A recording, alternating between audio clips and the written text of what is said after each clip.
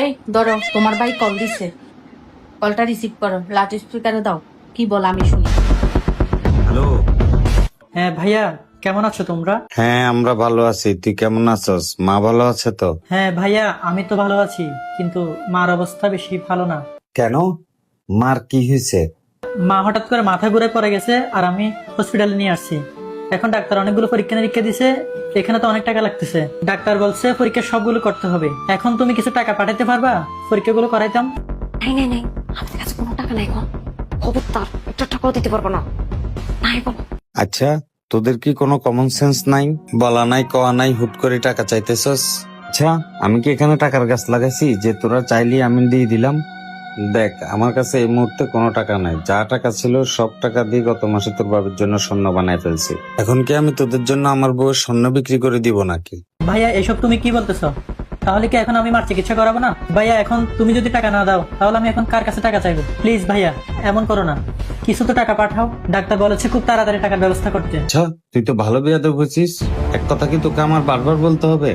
তুই কি বুঝতেছিস না আমি তোকে টাকা পাঠাতে পারবো না? আমার কাছে কোনো টাকা নাই। তোর কি মনে হয় আমি কয় টাকা বেতন পাই? এত বড় ফ্ল্যাটে থাকি, বাসা ভাড়া আমাকে দিতে হয় না?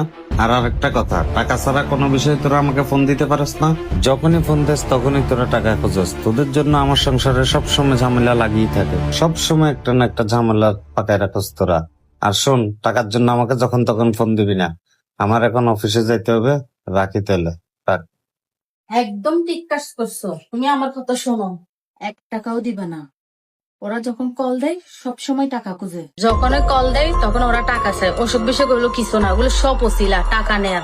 আমি ওদের চিনি না। আচ্ছা, আমাদের একটা সংসার আছে, ওরা কি এটা বুঝে না? আমাদের বাচ্চা আছে, ওর ভবিষ্যৎ আছে। আমরা কয়দিন বাসা ভাড়া দিয়ে থাকবো? আমাদের একটা ফ্ল্যাট লাগবে না? এত অসুখ কি মানুষের হয়? যখনই ফোন করবে তখনই টাকা চাইবে। আমাকে না বলি 1 টাকাও দিবে না। আর তোমার ছোট ভাই, ও জব করতে পারে না?